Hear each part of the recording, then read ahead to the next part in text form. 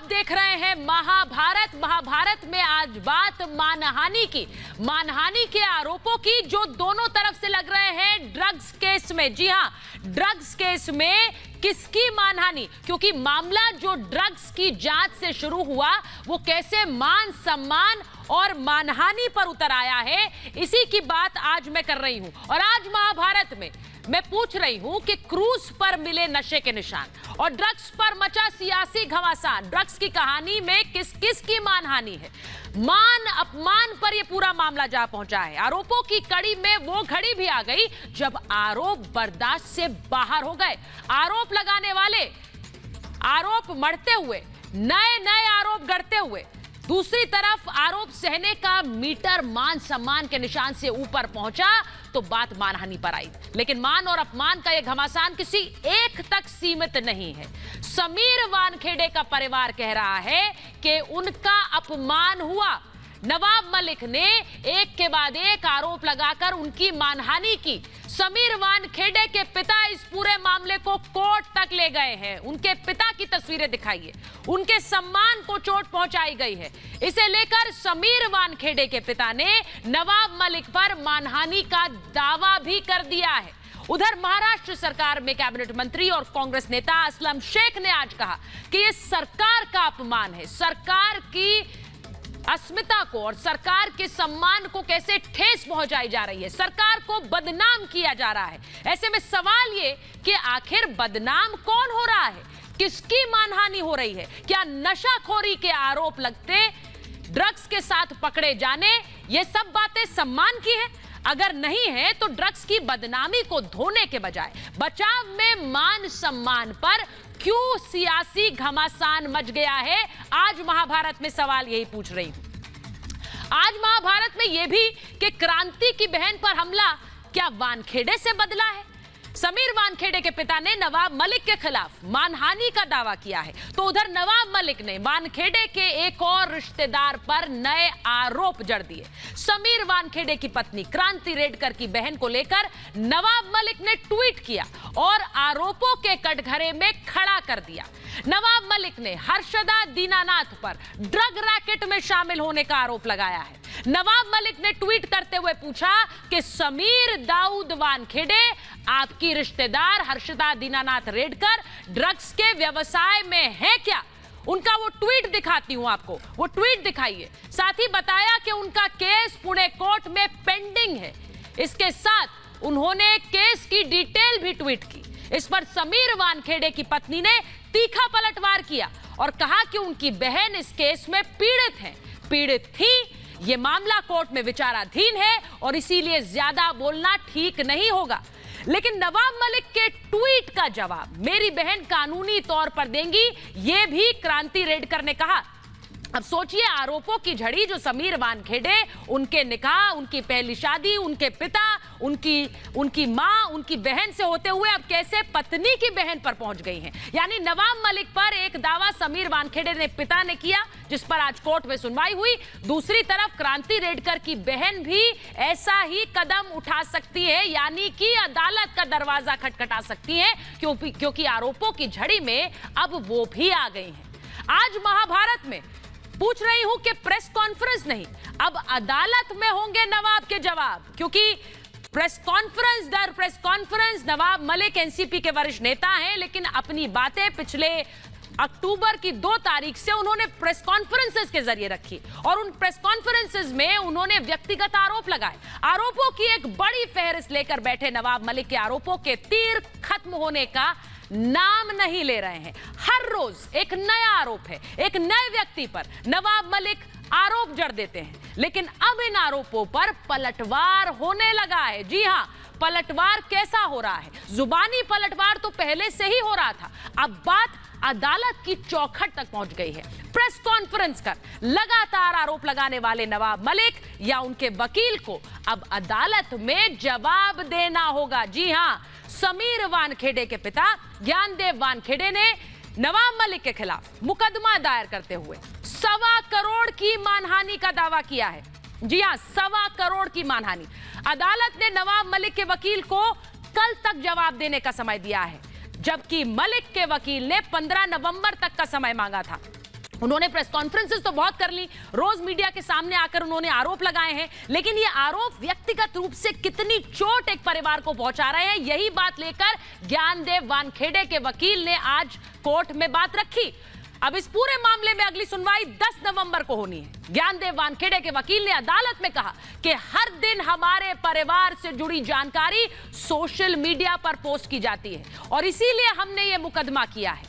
मामले की सुनवाई शुरू होने पर जज ने भी यही बात कही, हालांकि उन्होंने मजाकिया ढंग से कही, लेकिन उन्होंने कहा जी हां, हर दिन हम भी सारी जानकारी अखबारों में पढ़ रहे हैं और इसी बात का जिक्र ज्ञानदेव वानखेड़े के वकील कोर्ट में कर रहे थे।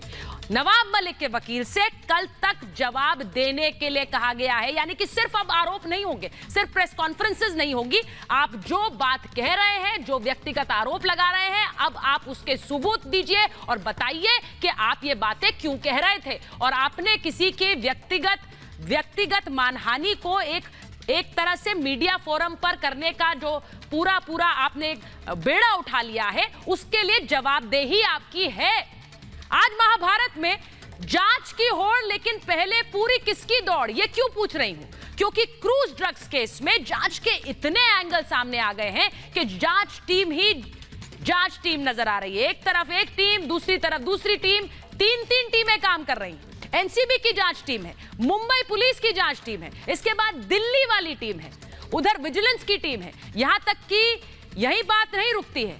मुंबई पुलिस की टीम अब ड्रग्स केस की जांच करेगी, लेकिन अब जांच का दायरा काफी बढ़ चुका है, यानी कि सिर्फ ड्रग्स केस की जांच नहीं होगी, इसमें वसूली के आरोप भी लग गए हैं, मानहानि के आरोप भी लग गए, धमकी के भी आरोप लग गए हैं। और एनसीबी की टीम ड्रग्स की जांच कर रही थी तो आरोपों के बाद विजिलेंस जांच करने वालों की जांच करने आई। उधर आरोप ज्यादा बढ़े तो दिल्ली से जांच के लिए एसआईटी की टीम आ गई, दूसरी तरफ मुंबई पुलिस ने अपनी जांच शुरू कर दी। ऐसे में तेरी जांच और मेरी जांच में किसकी जांच पहले होगी और किस जांच में सच सामने आएगा, यह सबसे बड़ा सवाल है।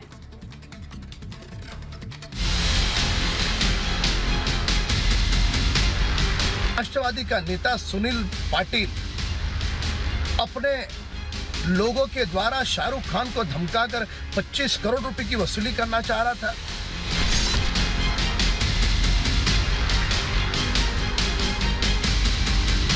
तो ये एक बात सामने आई है कि भाई इसमें कुछ षड्यंत्र हो सकता है या नहीं हो सकता है।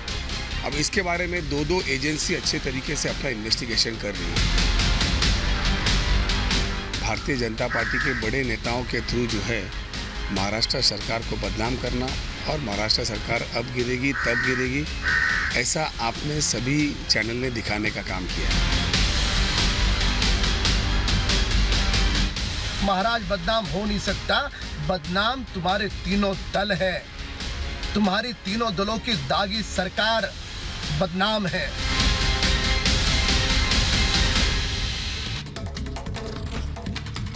और मैं शुरुआत कर रही हूं उस वक्त की बड़ी खबर के साथ। बड़ी खबर यह कि नवाब मलिक पर आपराधिक मानहानि केस मामले में नवाब मलिक को कोर्ट में पेश होने का आदेश दिया गया है। जी हां, 29 नवंबर तक पेश होने के लिए कहा गया है। नवाब मलिक को कोर्ट की तरफ से कहा गया है, मुंबई के मेट्रोपॉलिटन कोर्ट ने आदेश दिया है कि नवाब मलिक के बयान से मोहित कंबोज की प्रतिष्ठा को नुकसान हुआ है और कोर्ट का कहना है कि नवाब मलिक इस पूरे मामले में कोर्ट में हाजिर हो, 29 नवंबर से पहले वो कोर्ट में हाजिर हो। ये बड़ी खबर मैं अपने दर्शकों को बता रही हूं। नवाब मलिक को लेकर जिस तरह से नवाब मलिक से कहा गया है कि वो इस पूरे मामले में कोर्ट में हाजिर हो। जी हां, अब 29 नवंबर से पहले नवाब मलिक को कोर्ट में हाजिर होना होगा। मैं पहले निधि के पास जा रही हूं, मेरी सहयोगी निधि वासंदानी सीधे एनसीबी से जुड़ रही हैं, वो लगातार सुबह से पूरी एक अपडेट आपको दे रही। निधि, जरा बताइए, नवाब मलिक को अब कोर्ट में पेश होना होगा। अलीशा भी हमारे साथ जुड़ गई है।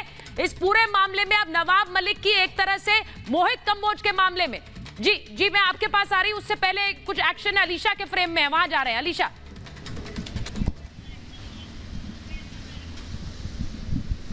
बताइए जरा। देखिए बिल्कुल एनसीबी के अधिकारी मुता अशोक जैन जो कि अब एनसीबी के ऑफिस से निकले हैं और इससे पहले हमने देखा कि एनसीबी के जोनल डायरेक्टर समीर वानखेड़े भी निकले थे और उनसे पहले तो सवाल यही किया गया था कि इन सभी केस को लेकर जो 6 केस एनसीबी की एसआईटी टीम अब जांच करेगी उसको देखते हुए कितने केस को लेकर, क्योंकि जानकारी तो ये जरूर दी गई थी कि आर्यन खान, समीर खान और अरमान कोहली का जो डॉक्यूमेंट्स है वो ऑलरेडी एनसीबी के एसआईटी टीम जो कि एनसीबी के डीडीजी संजय सिंह के नेतृत्व में ये पूरी जांच चल रही है। वही संजय सिंह कल ही मुंबई से दिल्ली के लिए रवाना हो चुके हैं और ये सभी डॉक्यूमेंट, सभी दस्तावेज जो है वो संजय सिंह के पास है, जिसको थरोली स्टडी किया जाएगा, उसका फर्दर कोर्स ऑफ एक्शन देखा जाएगा। देखिए इंपॉर्टेंटली हम बात करें नवाब मलिक पर जो डिफेमेशन केस को लेकर, देखिए 2 डिफेमेशन केस जो है वो अब नवाब मलिक के खिलाफ फाइल किया गया है, जिसमें से एक समीर वानखेड़े के पिता जो कि ज्ञानेश्वर वानखेड़े उनके ओर से किया गया था, जिसपे अब बॉम्बे हाई कोर्ट ने नवाब मलिक को इस पर रिप्लाई फाइल करने के लिए कहा है। और सबसे अहम जो बॉम्बे हाई कोर्ट ने कहा था कि अगर नवाब मलिक ट्वीट कर सकते हैं तो इसी डिफेमेशन जो कंप्लेंट फाइल की गई है इस पर जवाब भी दे सकते हैं। वही दूसरी ओर मुंबई मेट्रोपॉलिटन जो कि शिवरी में जो कोर्ट है उसकी ओर से आज कोर्ट ने एक नोटिस जो है वो नवाब मलिक के खिलाफ जारी किया है। देखिए कंप्लेंट फाइल किया गया था बीजेपी के मोहित कंबोज भारतीय की ओर से, जिसमें यह कहा गया कि नवाब मलिक लगातार ये बयान देते हुए नजर आ रहे थे कि एनसीबी की जो कार्रवाई है या फिर जो एक्सटॉर्शन किए जा रहे थे वो बीजेपी की ओर से किए जा रहे थे। कहीं ना कहीं पर कोर्ट को भी ये लगा। अलीशा जो बात आप कह रही हैं, अलीशा जो बात आप कह रही हैं, मैं वही सवाल निधि के पास एक बार जाऊंगी, क्योंकि निधि मैंने यही आपसे पूछा था। नवाब मलिक ने प्रेस कॉन्फ्रेंस दर प्रेस कॉन्फ्रेंस आरोप जरूर लगाए। अब मोहित कंबोज के मामले में, क्योंकि उन्हें तो एक तरह से पूरे मामले में एक किंग पिन की बात कह दी उन्होंने, उसमें अब खुद पेशी होगी उनकी, उनको बुलाया गया है कोर्ट द्वारा। बिल्कुल आप ठीक कह रही है सुचरिता। जो मोहित कंबोज ने आरोप लगाए, नवाब मलिक ने भी एक्सटॉर्शन के आरोप लगाए थे, लेकिन नवाब मलिक अपने ही आरोपों में घिरते चले जा रहे हैं क्योंकि उनके पास कोई सबूत नहीं है, कोई प्रूफ उन्होंने अब तक पेश नहीं किया। वो लगातार मीडिया पर प्रेस कॉन्फ्रेंस करके लगातार आरोप लगा रहे हैं बिना प्रूफ के, बिना आधार के, बिना बेसिस के, जिसकी वजह से सवाल ज़्यादा खड़े हो रहे हैं। और जैसा कि आप कह रही हैं, मैं सुचरिता इस वक्त दिखाती हूँ आपको जो हलचल है। पिछले 4 घंटे से जो प्रभाकर सेल है जो इस पूरे केस में जाँच आगे बढ़ रही है विजिलेंस की टीम की तरफ से, मैं आपको उसका अपडेट देती हूं। इस वक्त जो प्रभाकर सेल है पिछले 4 घंटे से प्रभाकर सेल से पूछताछ जारी है, उसका स्टेटमेंट रिकॉर्ड किया जा रहा है। प्रभाकर सेल ने ही आरोप लगाया इस पूरे मामले पर कि ये एक्सटॉर्शन हुआ है आर्यन केस को छुड़ाने के लिए। यहाँ पर पैसों का लेन देन हुआ है, पैसे किसके लेन देन हुए, किसके पास पैसे थे, किसने पैसे दिए, किसके खाते में वो गए, कैसे पैसे का लेन देन हुआ, इन सब की जांच विजिलेंस की टीम कर रही है। आइए जल्दी से मैं तस्वीरें जल्दी से दिखा दूं आपको। विजिलेंस की टीम अब भी अंदर पूछताछ कर रही है प्रभाकर सेल से, जो स्वतंत्र गवाह है कार्डिलिया क्रूज केस में। और इस मामले में प्रभाकर सेल का जो स्टेटमेंट होगा वो बहुत अहम होगा, क्योंकि उसी ने ही आरोप लगाए थे कि मैंने 25 करोड़ की बात सुनी थी पहली बात। उसी ने आरोप लगाया कि 25 करोड़ से 18 करोड़ की डील कैसे हुई। उसी ने आरोप लगाया कि 8 करोड़ वानखेड़े के पास कैसे चले गए। तो ये जो पैसों की, ये जो पूरा करप्शन का केस है जिसका नवाब मलिक भी आरोप लगा चुके हैं, जो अपने आरोपों में घिरते चले जा रहे हैं, इस करप्शन की केस की जांच विजिलेंस की टीम कर रही है। 3 जांचें चल रही हैं सुचारिता, अलग अलग लेवल पे। एक एसआईटी जांच कर रही है जहां पर इस वक्त अलीशा है, मैं यहां पर मौजूद हूं, जहां विजिलेंस की टीम जांच कर रही है। दूसरी तरफ मुंबई पुलिस ने भी पूजा डडलानी जो कि शाहरुख खान की मैनेजर है, बिल्कुल उनको भी बड़ी बात निधि बता रही है कि किस तरह से प्रभाकर सेल में बड़ी खबर निधि जो आपने बताई वो एक बार अपने दर्शकों को बता दूं कि करीब 4 घंटे से प्रभाकर सेल से पूछताछ जारी है। विजिलेंस टीम कर रही है, विजिलेंस की टीम कर रही है पूछताछ। प्रभाकर सेल ने वसूली के आरोप लगाए थे। स्वतंत्र गवाह है प्रभाकर सेल और उन्होंने कहा कि वो खुद को केपी गोसावी का अंगरक्षक बताते हैं और उन्होंने कहा कि उन्होंने एक्सटॉर्शन की बात सुनी थी, उन्होंने पैसे वसूली की बात सुनी थी और उसी वसूली के घेरे में उन्होंने समीर वानखेड़े का भी नाम लिया। उन्हीं प्रभाकर सेल से इस वक्त विजिलेंस की टीम पूछताछ कर रही है, जहां पर निधि मौजूद है और वहां से वो लगातार जानकारी दे रही है। 4 घंटे से ज्यादा का वक्त हो गया, प्रभाकर सेल से इस वक्त भी पूछताछ जारी है। मैं एक बार अपने दर्शकों को बताना चाहती हूं कि जिस तरह के आरोप इस पूरे मामले में लगे हैं, जो आरोप लगे हैं इस पूरे मामले में, नवाब मलिक ने एक एक करके जो आरोप लगाए और पहले दिन से लगाए, उन्हें लेकर मैं एक बार बताना चाहती हूं कि सबसे पहले नवाब मलिक की तोप से कितने आरोप निकले हैं। ड्रग्स के नाम पर वसूली का आरोप समीर वानखेड़े पर लगाया और कहा कि किस तरह से वो वसूली कर रहे थे, फर्जी दस्तावेज से उन्होंने नौकरी पाई है, ये आरोप उन्होंने समीर वानखेड़े पर लगाया। समीर वानखेड़े के बाद उनकी पत्नी क्रांति रेडकर का नाम किस तरह आया, क्योंकि समीर की पहली शादी को लेकर उन्होंने आरोप लगाए, उसके डॉक्यूमेंट्स उन्होंने साझा कर दिए और उन्होंने कहा कि देखिए ये तो मुसलमान है और उन्होंने शादी ऐसे की थी। क्रांति रेडकर ने पलटवार किया और उन्होंने कहा मैं और मेरे पति तो जन्म से हिंदू हैं और जिस तरह के आरोप आपने लगाए हैं उन पर खुलकर उन्होंने विरोध किया। वहीं बहन समीर वानखेड़े की बहन यास्मीन वानखेड़े को भी आरोपों के घेरे में लिया। उनके लिए क्या कहा कि एनसीबी के गवाह फ्लेचर पटेल के साथ उनकी तस्वीरें आई थी और जो दुबई की तस्वीरें नवाब मलिक ने कुछ फोटोज डाली अपने ट्विटर अकाउंट पर, कहा कि देखिए दुबई गई थी अपने भाई के साथ और ये किस तरह से वो पैसा है वो उस खर्चे पर गई जो इन्होंने वसूली का पैसा था, जो समीर वानखेड़े का वसूली का पैसा था। वहीं क्रांति रेडकर की बहन आज का आरोप बता रही हूं आपको, क्रांति रेडकर की बहन पर आरोप लगाया कि वो ड्रग्स रैकेट केस में शामिल थी और पुणे में ये मामला चल रहा है और इस पर भी बोले, पुणे कोर्ट में पेंडिंग है, इस पर भी बोले। यानी कि आप सोचिए परिवार के हर एक सदस्य पर अलग अलग आरोप लगाया गया। उनके पिता समीर वानखेड़े के पिता, उनसे कहा कि वो मुस्लिम होकर खुद को दलित उन्होंने बताया और किस तरह से गलत प्रमाण पत्र लिए और जिससे नौकरी हासिल की, नौकरी को लेकर आरोप लगाए थे, जिस पर समीर वानखेड़े के जो पिता हैं वो कोर्ट गए, मानहानि का केस किया और उसी पे आज सुनवाई हुई है। वहीं देवेंद्र फडणवीस पे कैसे आरोप लगाया, उन्होंने कहा संरक्षण में ड्रग्स कारोबार चला रहे हैं। उन्होंने पूर्व मुख्यमंत्री पर यह आरोप लगा दिया और कहा कि ड्रग्स कारोबारियों से संबंध है। देवेंद्र फडणवीस ने भी इस पर पलटवार किया और उन्होंने कहा बहुत बम है, बहुत आपकी कुंडली जानते हैं हम। वहीं अमृता फडणवीस जो कि देवेंद्र फडणवीस की पत्नी है, उन पर आरोप क्या लगाए, उन्होंने कहा कि सॉन्ग के जो फाइनेंसर हैं, क्योंकि वो गायक हैं अमृता फडणवीस, वो एक ड्रग पेडलर है। अमृता की तस्वीर भी जारी कर दी उस व्यक्ति के साथ और कहा कि ड्रग पेडलर के साथ रिश्ते हैं। वहीं मोहित कंबोज के लिए कहा कि क्रूज ड्रग्स केस का ये व्यक्ति मास्टरमाइंड है, मास्टरमाइंड इसे कहा और कहा कि संपत्ति को लेकर आरोप लगाए कि कितनी अकूत संपत्ति बनाई है, वो सब वसूली के जरिए बनाई है। अब ये जो आरोप लगाए गए एक एक करके सोचिए, हर एक व्यक्ति को उन्होंने रडार पर लिया और किस तरह से सब पर आरोप लगा दिए हैं नवाब मलिक ने। मोहित कंबोज वाले मामले में ही अब नवाब मलिक को पेश होना है 29 नवंबर से पहले कोर्ट में। जी हां, कोर्ट में पेश होना है नवाब मलिक को, नवाब मलिक की पेशी होगी। मैं एक बार अपने मेहमानों का परिचय आपसे करा देती हूं। राजीव पांडे बीजेपी के प्रवक्ता हमारे साथ जुड़ रहे हैं, हमारे साथ प्रोफेसर कपिल कुमार हैं, वकील इश्करण सिंह भंडारी हैं, विक्रम सिंह यादव हमारे साथ जुड़ रहे हैं, अजय अरोड़ा और असगर खान। बहुत बहुत स्वागत आप सभी का। और मैं शुरुआत राजीव जी आपके साथ कर लेती हूं, राजीव जी और विक्रम जी के साथ, क्योंकि राजीव जी ये बात कही गई कि आप मानहानि कर रहे हैं, आप महाराष्ट्र की सरकार को बदनाम कर रहे हैं। बीजेपी के नेता सिर्फ यही काम में लगे हुए हैं, ये आरोप आज महाराष्ट्र सरकार के मंत्री ने लगा दिया आप पर। देखिए सुचरिता जी, ये जो महाराष्ट्र के जो मंत्री है वो वर्बल डायरिया से ग्रस्त है। अभी आपने उनके सारे आरोपों की लिस्ट बनाई। देखिए वो कैबिनेट मिनिस्टर है, वो काम करने के सिवाय वो सुबह उठते हैं और एक प्रेस कॉन्फ्रेंस बुलाते हैं और हेडलाइन ग्रैब करने की कोशिश करते हैं। उन्होंने एक भी आरोप में उसके पास जो एविडेंस है वो कुछ भी नहीं है।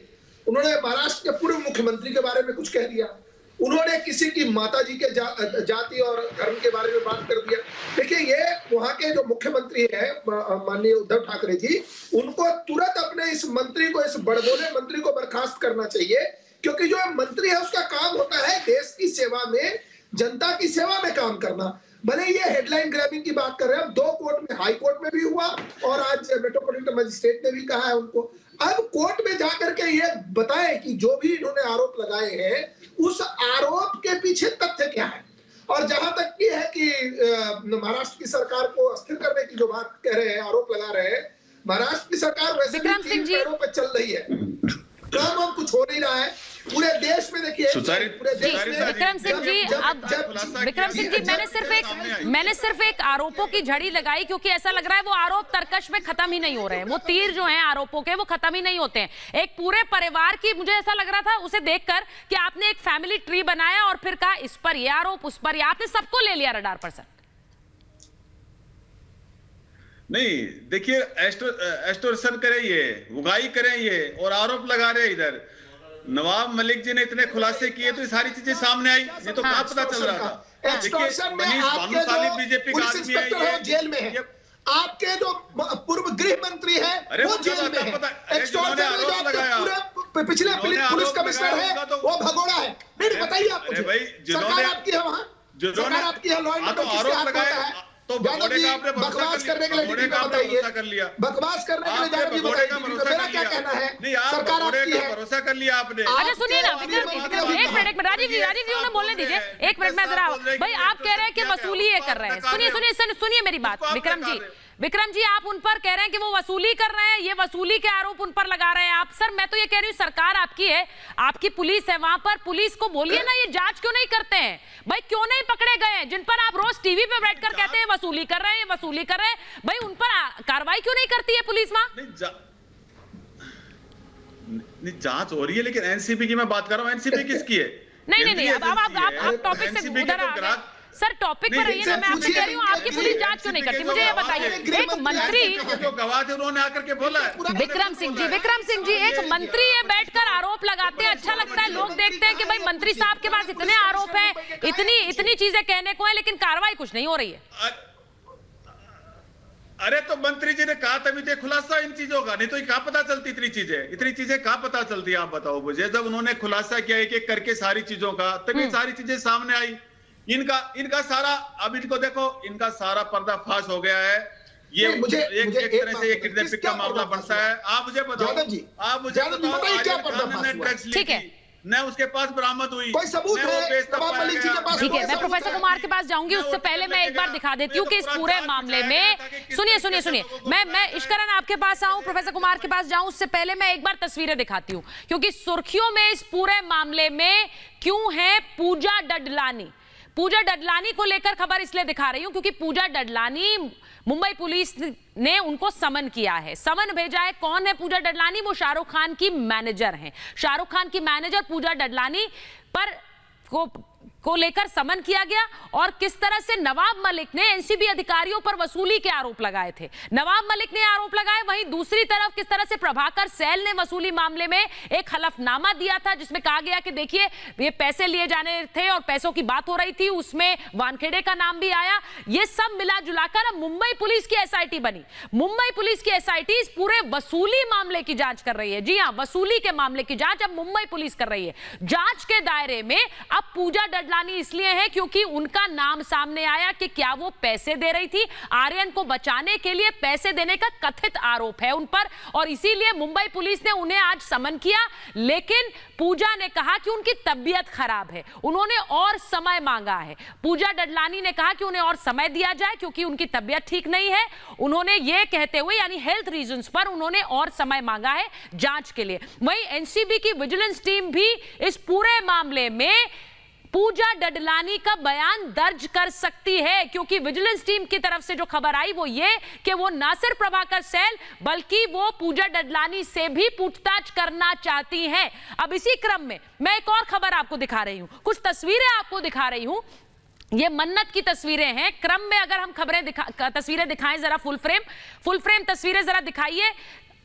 ये तस्वीरें जो आज आई, ये जो तस्वीरें आज आई हैं, और मैं आपको ये बता रही हूं कि शाहरुख खान का एक रहस्यमय दिल्ली दौरा था। वो दिल्ली आए, लेकिन दिल्ली में आकर वो किससे मिले, किस पते पर गए, इसको लेकर कोई जानकारी नहीं है। लेकिन वो दिल्ली आए थे, कैमरों से बचते बचाते दिखे शाहरुख खान। तस्वीरें आपको मैं दिखा रही हूं कि किस तरह से वो तस्वीर, देखिए फुल फ्रेम दिखाइए तस्वीर कि शाहरुख खान किस तरह से कलीना एयरपोर्ट पर नजर आए और कलीना एयरपोर्ट से वापस वो सीधे मन्नत पहुंचे, उसकी तस्वीरें आपको दिखा रही हूं। ये तस्वीर देखिए, कलीना एयरपोर्ट पर पहुंचे थे, यानी दिल्ली से वापस पहुंचे थे कलीना एयरपोर्ट पर, मुंबई पहुंचे और वहां से अपने घर मन्नत गए। शाहरुख खान दिल्ली पहुंचे थे वो, और दिल्ली में किससे मुलाकात करने पहुंचे ये तो नहीं पता है, लेकिन शाहरुख खान के लिए ये मुलाकात जरूर अहम रही होगी। उनकी मैनेजर पूजा डडलानी को आज मुंबई पुलिस ने समन किया। अब मैं बड़ी खबर एक बार अपने दर्शकों को बता रही हूं। बड़ी खबर यह कि मुनमुन धमेचा से पूछताछ जारी है। जी हां, मुनमुन धमेचा से पूछताछ जारी है। एनसीबी दफ्तर में मुनमुन से पूछताछ हो रही है। मुनमुन धमेचा, जिन्हें आर्यन और अरबाज मर्चेंट के साथ बेल मिली थी, और बेल की शर्तों के मुताबिक एनसीबी दफ्तर में उन्हें पहुंचना है और वहां पर अपनी गवाही और वहां पर उन्हें ये खास ताकीद दी गई थी कि जो शर्तें हैं उनका पालन हो, और उसी क्रम में वो आज पहुंची हैं और एनसीबी के अफसरों के सामने पेश हुई हैं। बहरहाल एक बार मैं आपके पास आ रही हूं प्रोफेसर कुमार। जो तस्वीरें मैं दिखा रही हूं, और इस पूरे मामले में अब जांच वर्सेस जांच हो रही है। अलग अलग जांच चल रही है, मैं वो भी अपने दर्शकों को दिखाऊंगी। लेकिन प्रोफेसर कुमार, जो मानहानि की बात जिससे मैंने शुरुआत की थी, किसकी मानहानि हो रही है सर? महाराष्ट्र सरकार कह रही है हमारी मानहानि, समीर वानखेड़े के पिता कह रहे हैं हमें रोज मीडिया में जलील किया जा रहा है, हमारी तस्वीरें जारी की जा रही हैं। सुचारिता जी, मानहानि उसकी होती है जिसका कोई मान होता है।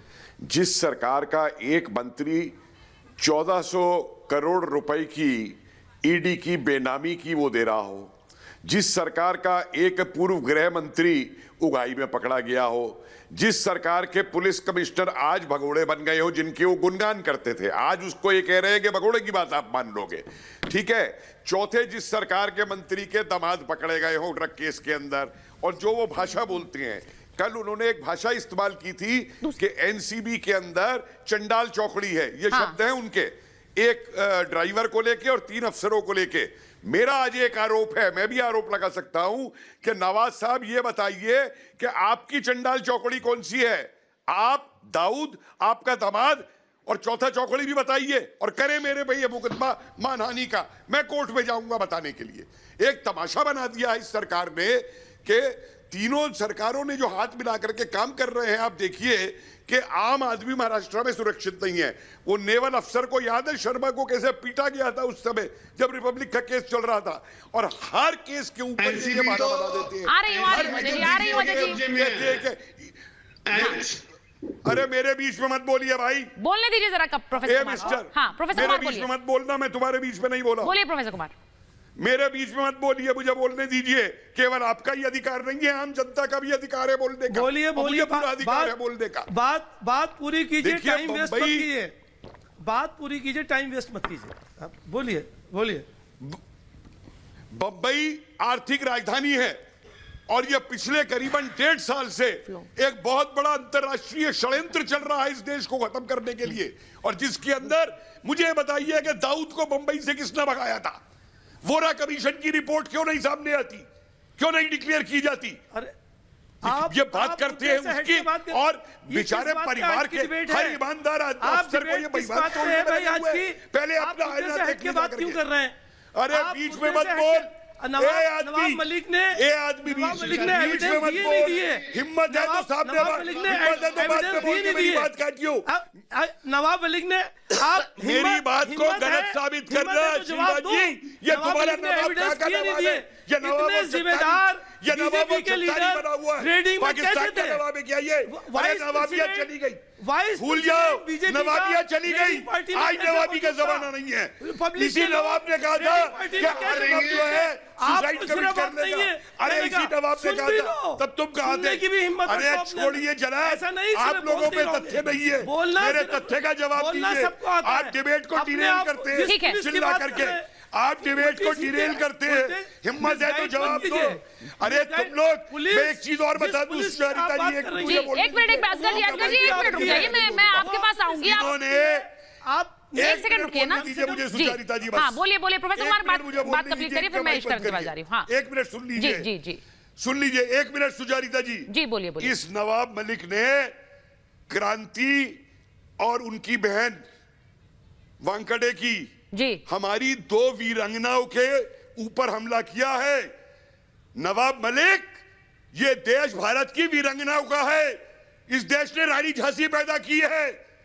ये वीरांगना ही तुम्हें जवाब देगी और तुम्हारी नवाबी तुमको दिखा देगी। तुम हमारी वीरांगनाओं की बेइज्जती करने को लगे हुए हो। अरे ये वीरांगना तुम्हारे हरम की लोंडी नहीं है। अच्छा, एक मिनट अपने हरम की लोंडियों से नवाब, तुम्हारी हिम्मत मैं एक बार इश्करण के पास जा रही हूं। एक मिनट इश्करण, क्योंकि आप इस पूरे मामले को एक कानूनी रूप से हमारे दर्शकों के सामने रखते हैं। ठीक है असगर जी, मैं आ रही हूँ। एक मिनट में आऊंगी सर आपके पास। एक मिनट इश्करण, मैं इसलिए पूछ रही हूँ आपसे क्योंकि ये पूरा मामला मानहानि का हो गया है, और जिस तरह से ज्ञानदेव वानखेड़े अब कोर्ट गए और उन्होंने कहा कि हमारी खबरें तो रोज लोग पढ़ रहे हैं। जज ने भी मजाक में कहा कि हम तो सब रोज पढ़ देते हैं अखबारों में। ये उस स्क्रूटनी की बात हो रही है। सुचरिता, देखिए यहाँ पे अगर आप इसको आराम से देखिए, एक जांच एजेंसी एनसीबी है, एक मुंबई पुलिस है। वो जो कर रहे हैं वो उनका काम है, चाहे मुंबई पुलिस करे चाहे एनसीबी करे। पर यहाँ पे एक मंत्री है नवाब मलिक, उन्होंने 3-4 मुख्य आरोप लगाए हैं। एक आरोप लगाया कास्ट सर्टिफिकेट को लेके, जो एक क्रिमिनल ऑफेंस है अगर सच साबित हो। दूसरा उन्होंने आरोप लगाया वसूली को लेके, वो भी एक मिनट मुझे खत्म करने दीजिए प्लीज। बोलने दीजिए अजय जी 1 मिनट। हाँ, ऐसे बोलिए। दूसरा उन्होंने, तो ये क्रिमिनल ऑफेंस और सीरियस ऑफेंस है। दूसरा उन्होंने लगाया वसूली का, वो भी क्रिमिनल ऑफेंस है। तीसरा उन्होंने लगाया एसिड डिस्प्रोपोर्शनेट टू इनकम, कि कपड़े महंगे हैं, अब्रॉड जाते हैं, ये वो करते हैं, तो वो तीसरा भी क्रिमिनल ऑफेंस है। अब मेरा एक मिनट रुकिए, इंटरप्ट मत कीजिए, बात कीजिए। अगर एक मंत्री के पास 3 अलग क्रिमिनल ऑफेंसेस की जानकारी है, तो वो जाके कंप्लेंट करके केस क्यों नहीं करता? केस कौन कर रहा है? समीर वानखेड़े का परिवार कर रहा है, जो कह रहा है मानहानि हो रही है।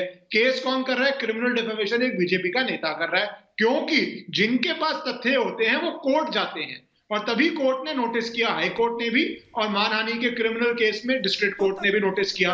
क्यों? जिनके पास तथ्य हैं वो कोर्ट जाते हैं। अब आप एक मंत्री होके, एक मिनट लास्ट बात करनी चाहिए, आप आ जाइएगा। आप एक मंत्री होके कहते हैं 3 अलग अपराधों की आपके पास जानकारी है, पर आप एक भी अपराध को कानूनी रूप से आगे लेके नहीं जाते। वहीं पे आपकी बात में दिखता है दम नहीं है, तथ्य नहीं है। नहीं तो आप लीगल प्रोसेस इनिशिएट करते। आप तो शक्तिशाली हैं, एक आम आदमी भी इनिशिएट कर लेता है। आप शक्तिशाली होके भी जब लीगल कार्रवाई नहीं करते, वो दिखा देता है कि आपके पास तथ्य नहीं। अब मैं एक बार अजय जी आप बोलना चाह रहे हैं, आप जल्दी से। समीर दाऊद वानखेड़े जी, समीर दाऊद वानखेड़े, मैं 3 बार बोला मैंने। सर उन्होंने कोर्ट बुला लिया है नवाब मलिक साहब को। सर कोर्ट ने बुला लिया है नवाब मलिक साहब को। आपको बुला लिया ना, पता लग जाएगा। दूध का दूध, पानी का पानी हो जाएगा। अदालत को अपना काम करने दीजिए ना, सुचारिता, अदालत अपना काम करेगी। सर अदालत तो काम करेगी, मुझसे आपसे पूछकर थोड़ी काम करेगी। मैं तो सिर्फ ये कह रही हूँ कि बुला लिया है, क्योंकि यही मानहानि की बात वो कर रहे थे, जो आप नाम दोहरा रहे हैं, डंके की चोट पर आप दोहराना चाह रहे हैं, जिसको लेकर डॉक्यूमेंट्स उनके पिता दिखा चुके हैं कोर्ट में। मैं आपको सिर्फ याद दिला रही हूँ। जो इन्होंने मुझे बोलने नहीं दिया था। बोलिए अजय जी बोलिए।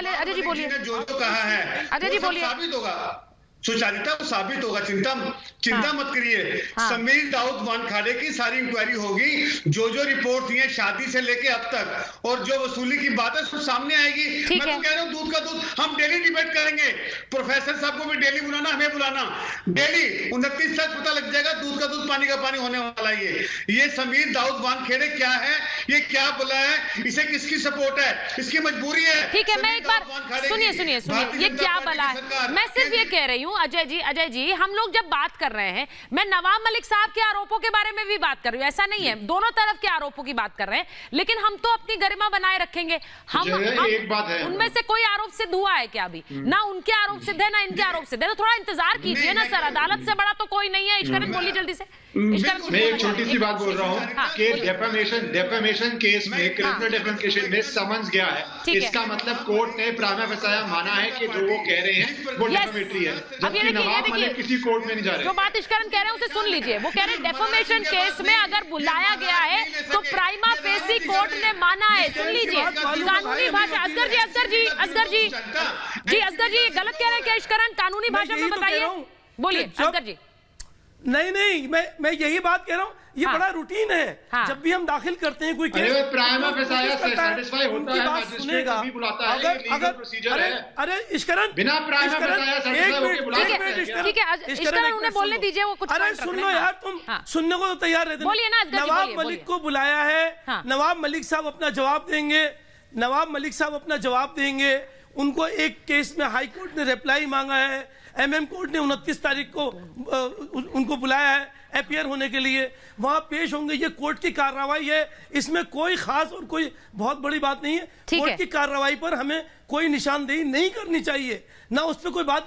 वो आके अपनी सफाई देंगे, और आखिर में समीर वानखेड़े का क्या हाल होने वाला है वो सब आप खुद देखेंगे। हो सकता है आज आप इसमें, ठीक है, आप कह रहे क्या हाल होगा ये ये देखा जाएगा, लेकिन जो बात इश्करन कह रहे हैं, ये अभी इस वक्त वकील वर्सेस वकील की बात है। इश्करन कह रहे हैं प्राइमा फेसी अगर बुलाया गया है तो उन्होंने कुछ देखा है उस केस में, ये बड़ी बात है। मैं एक बार आ रही हूँ जी, मैं आ रही हूँ, लेकिन एक बार मैं बता दूं कि ये 3 जांच कौन सी है जिनके बारे में हम बार-बार कह रहे हैं। इस वक्त ड्रग्स मामले से जो जांच शुरू हुई है उसमें 3 जांच चल रही है, मुंबई पुलिस की जांच, विजिलेंस की जांच और एनसीबी की एसआईटी की जांच। ये 3 जांच इस वक्त चल रही है इस पूरे मामले में। और मैं पहले आपको बताती हूं मुंबई पुलिस की जांच में क्या है। वसूली के आरोपों की जांच कर रही है मुंबई पुलिस, यानी कि जो वसूली के आरोप लगे कि क्या एनसीबी के कुछ अफसरों के जरिए वसूली हुई, वानखेड़े पर आरोपों की जांच कर रही है मुंबई की पुलिस। किरण गोसावी मामले की भी जांच करे, क्योंकि किरण गोसावी के जो बॉडीगार्ड है उन्होंने जो आरोप लगाया उसे लेकर वसूली के आरोप लगे। पूजा डडलानी को नोटिस भी मुंबई पुलिस ने भेजा है। मुंबई पुलिस जानना चाह रही है कि इस मामले में क्या सच है, और चंकी पांडे के जो भाई हैं उन्हें भी तलब किया, उन्हें भी समन किया है मुंबई पुलिस ने, यानी कि उगाही का मामला। वहीं विजिलेंस की जांच, जो कि ज्ञानेश्वर सिंह बढ़ा रहे हैं आगे, एनसीबी के डीडीजी हैं, वानखेड़े पर आरोपों की जांच, यानी वानखेड़े पर जो आरोप लगाए, जो नवाब मलिक ने लगाए और जो प्रभाकर सैल ने लगाए, दिल्ली से फिर टीम मुंबई पहुंची है।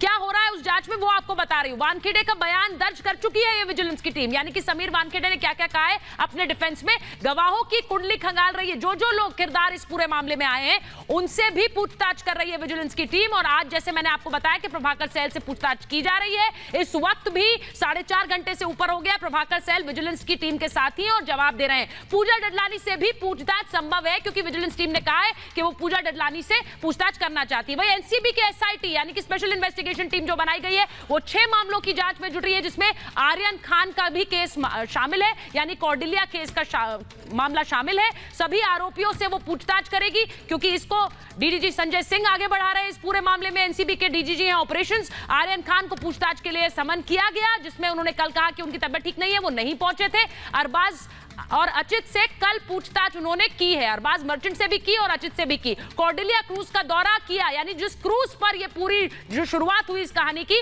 उस क्रूज की भी दौरा किया है एनसीबी की एसआईटी ने। वहां क्या हुआ, कैसे हुआ, सब खंगाला गया। वहीं आपको यह भी बताती हूं कि एनसीबी की रडार में कौन कौन से किरदार हैं। सबसे पहले तो आर्यन खान, क्योंकि उनसे ये पूरा मामला शुरू हुआ कि किस तरह से आर्यन खान उस क्रूज में मौजूद थे, उनकी गिरफ्तारी हुई, अब बेल हो गई है।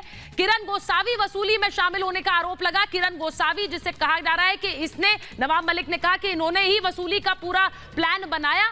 वहीं दूसरी तरफ जो एक और किरदार है किरण गोसावी के अलावा, वो है प्रभाकर सैल, जिनसे विजिलेंस की टीम जांच कर रही है। समीर वानखेड़े पर लगाए थे आरोप और समीर वानखेड़े के लिए हलफनामा भी दिया। वहीं पूजा डडलानी, आर्यन को बचाने के लिए पैसे देने का आरोप है कि क्या वो आर्यन को बचाने के लिए रैंसम तक देने के लिए पहुंच गई थी।